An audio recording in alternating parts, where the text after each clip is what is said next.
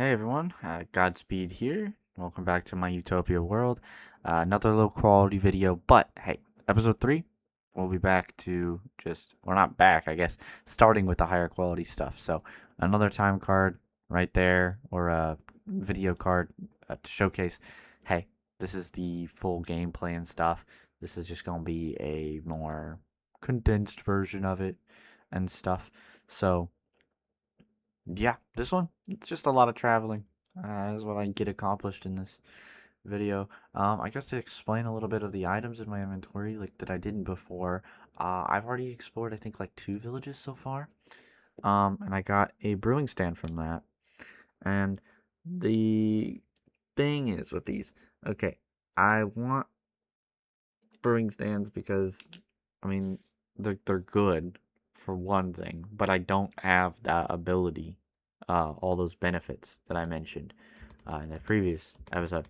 Since I chose this specific class, it kind of locks me away from that. But those are useful for blaze rods once I inevitably get the uncrafting table. That'll be cool, because then I can use that way down the line, because I don't want to fight the Ender Dragon anytime soon. But really, it's just exploring, and every so often, if I find a village, I find a village. And yeah, I just abandoned all those items.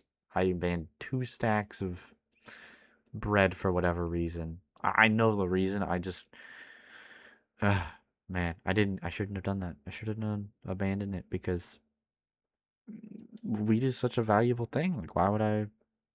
Oh well. Point is, I abandoned it because I am just kind of living on the road. It was taking up a lot of inventory space. Not really though, but that way I could have more room for all the like meat and stuff that I get from all the killing animals. Like that, for instance, which boom, just unlocks saturation. Such a good thing. I basically never have to eat again. I'll still eat and stuff, but like if I take damage especially, it's good because saturation has such a low cooldown that it takes me a minute, It saturation, the skill, it gives you saturation for a little bit, which saturation is where you refill your hunger. Okay, all food kind of has that where it refills your hunger bar. But since it takes so long and I'm healing hearts, it won't get back up to full hunger because healing takes hunger. So I still need to utilize food because at this point I'm taking damage left and right. I'm running around. I'm kind of careless where I don't really play it too safe. Play it too safe. So a lot of looting up, just jumping around in my leather armor, but I will be able to get that uncrafting table at some point because as of right now, I got 5 ingots worth of iron. I just need a couple more, not really a couple, 3 more, and I get that uncrafting table. Once I get that uncrafting table, I immediately, oop, man, I keep bumping my mic. I immediately will get more iron, 14 more iron to be exact, because of those 2 cauldrons.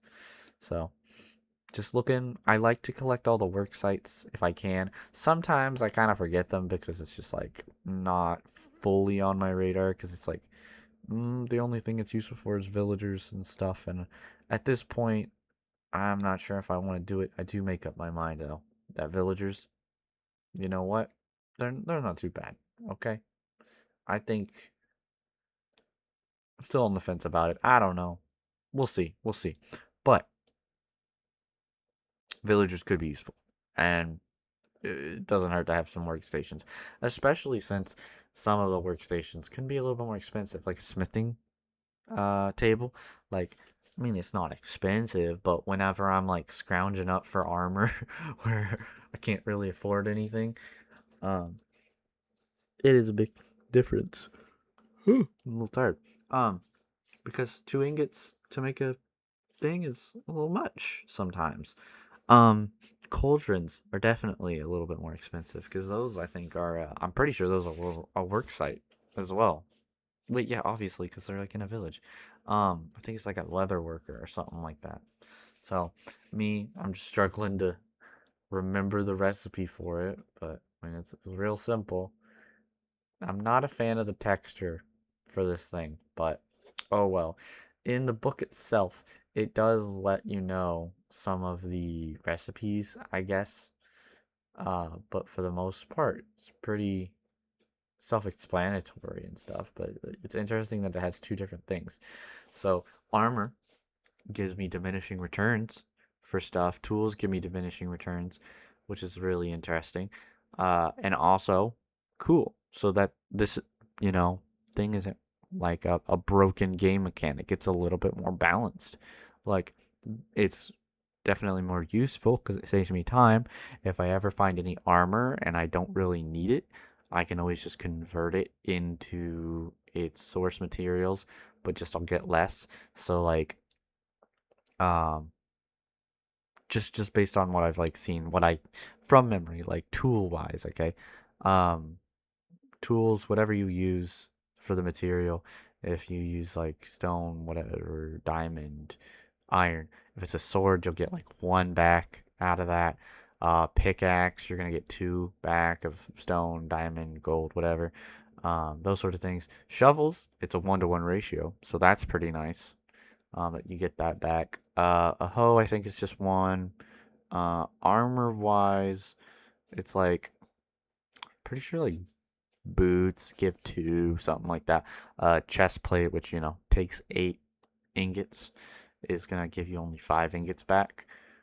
So I mean, it would be nice if I accidentally, like, not nice, but it'll be handy if I accidentally craft something. I can always uncraft it. Of course, I'll lose some stuff, but it's always there as an option, especially when I'm looting places and I'm getting all that extra stuff. I'm curious to see. I wonder what the difference is. You gotta be in this whole explanation. I think I'm gonna be a little bit more driven, but um, first episode I did listen to prior to like recording the video. The second one didn't fully listen to. I know I was like much more like alive and awake because this one I had a little bit more energy at the time, but man, that first one I was like pulling an all-nighter. I think I recorded this one back to back after that one, but I don't know. I was so tired. So I play for just a few Minecraft days worth of time in this one. I mean, it's 30 minutes of gameplay that I have reduced down to 12 minutes roughly. So not too bad, not too bad. I mean, it could be better, but not much gets accomplished. It's just running around. Oh, there's a village. Oh, there's a village sort of thing. I get some nice food and whatnot, but yeah. But at a certain point, I'm kind of just searching for structures. Okay, like there's not much to it. I don't want to settle down. I don't want to start building infrastructure because then it's just like, I won't be protected enough and then I'm gonna just collapse. So it's better to keep moving, especially if I never sleep. Or not never sleep. I always sleep. Ugh, it's the exact opposite. Wait. I do attack all these iron golems every time I come across a village because it's a pretty good source of iron. It drops, I think, 3 to 5 every time, and I got pretty lucky there. I got 5. I also got some emeralds, which is not bad.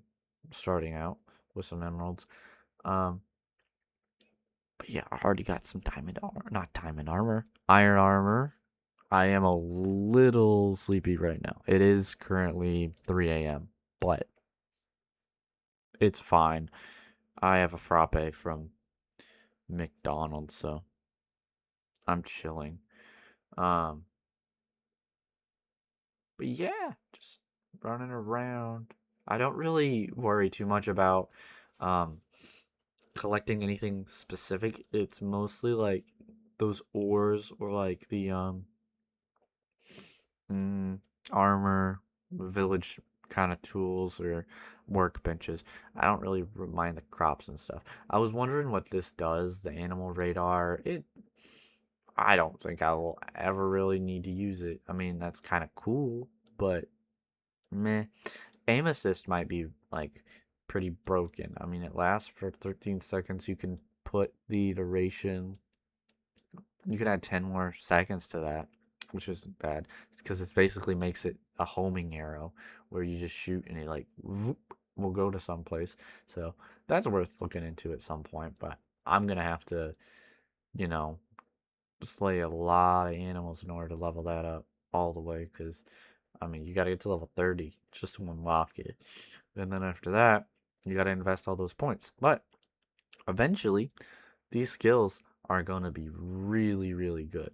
Not like broken, but mm, I mean pretty good because like for instance the mining and stuff, I'm probably a broken record. I'm probably going to explain this a few times, but I like to hot swap between them. Cuz I play tested kind of the RPG skills because I didn't want to like just cheese it where I like gave myself all the XP or anything. Plus, I technically couldn't really figure how to do that to unlock all the skills to test them out. But I don't want to watch a video. I don't want to see the stuff. I want to kind of find it out for myself. But point is, I found out that each class or each not class, each skill, okay, has 3 different abilities that go with that skill. So if you hot swap between enabling haste, then you deactivate haste, okay? Where it's you still have that effect on your player, but to where you won't be able to activate that ability, you activate this like multi-break sort of thing. You can mine super fast with the haste, and then the other ability is mining in a 3x3 like little grid thing. It makes it so easy to break blocks fast, no matter what tool you're using. So yeah. Anyways, I'm gonna call it quits for this session.